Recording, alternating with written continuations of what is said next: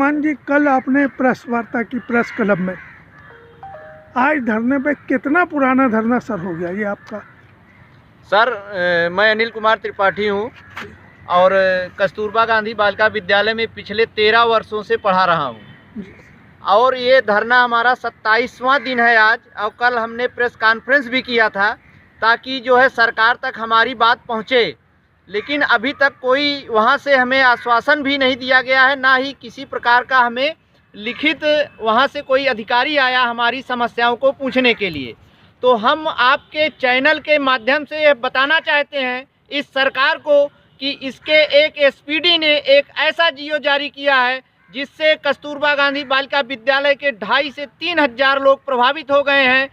पुरुष शिक्षक जो मुख्य विषय के थे वो पूरी तरह से बाहर कर दिए गए हैं और जो बहनें थी उनको पदोन्नति के नाम पर समायोजन किया जा रहा है, यानी एक तरह से पैसों का खेल खेला जा रहा है जिलों में बीएसए और जिला चयन समिति के द्वारा।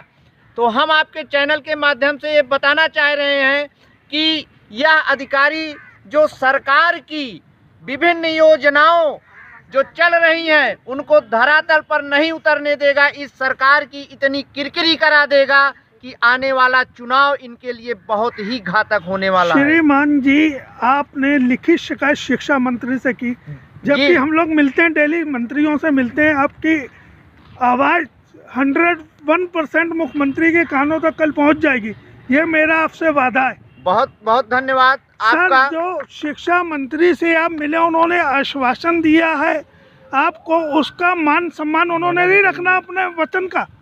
बिल्कुल, उन्होंने कोई आश्वासन हमें नहीं दिया है, कोई आश्वासन नहीं कोई दिया। आश्वासन नहीं। वो हमारे मंत्री नहीं है, वो उस एसपीडी के मंत्री बने हुए हैं और वो एक ऐसा चश्मा पहन लिए हैं कि जो उस एसपीडी के अलावा हम लोगों की बातों को सुनना ही नहीं चाहते हैं।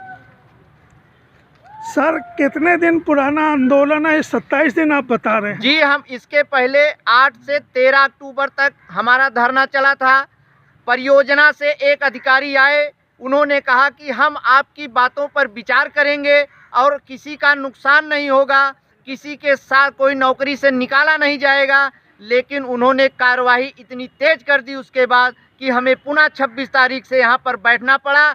और उसके बाद भी वहाँ से एक अधिकारी आए थे, मिस्टर कमलाकर पांडे जी, उन्होंने हम पर दबाव डाला कि आप लोग यहाँ धरना से उठ जाइए क्योंकि यहाँ से कुछ नहीं होने वाला है, आपको जो लेना हो कोर्ट से जाके लीजिए। मैंने कहा नहीं, मैं यहीं धरने पर बैठा रहूँगा। और आज हमारी ये 5 भाई बहन ये आमरण अनशन पर बैठ गए हैं और तब तक हम लोग यहाँ से नहीं उठेंगे जब तक हमारा सम्मान वापस नहीं मिलेगा।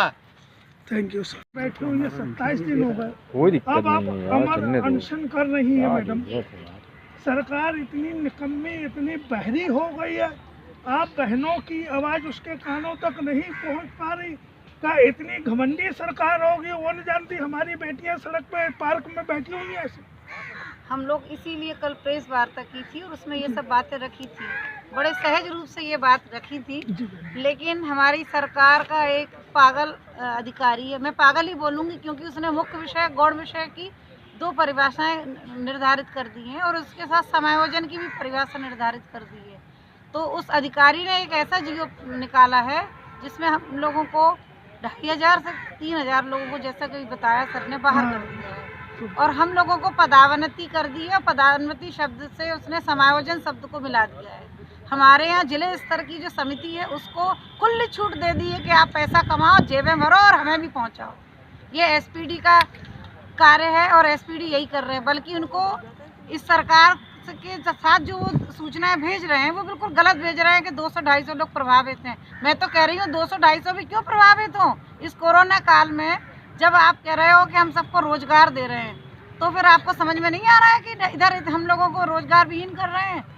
तो इसलिए मैं आपके चैनल के माध्यम से कहना चाहूँगी माननीय योगी जी को कि आप इस तरह के अधिकारियों को इतना बढ़ावा क्यों देते हैं कि वो हम लोगों की रोजी रोटी छीन रहे हैं, रोजगार से विमुख कर रहे हैं। तो हम लोग अब क्या करें, हमारी मजबूरी है कि हम लोग आमरण अनशन पर बैठे हैं और तब तक बैठे रहेंगे जब तक हमारी बात को नहीं सुना जाए। Thank you madam.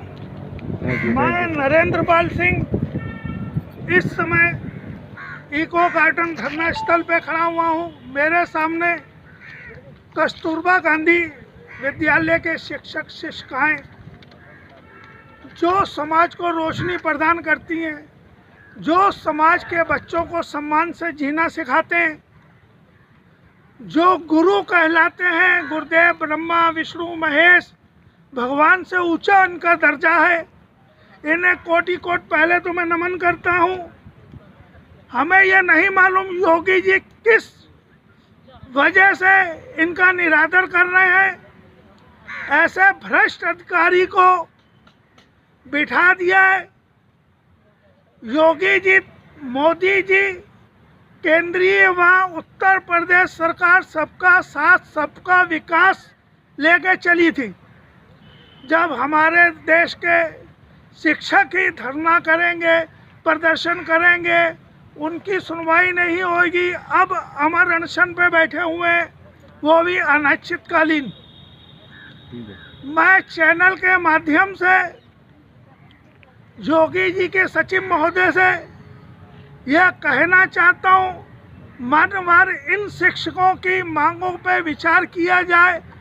जो भ्रष्ट अधिकारी है जिनका यह नाम ले रहे हैं, उनके खिलाफ त्वरित कार्रवाई की जाए, जिससे कि प्रदेश व देश में उत्तर प्रदेश सरकार की साख मौजूद हो। India 10 news, Indrapal Singh, eco garden, Lucknow.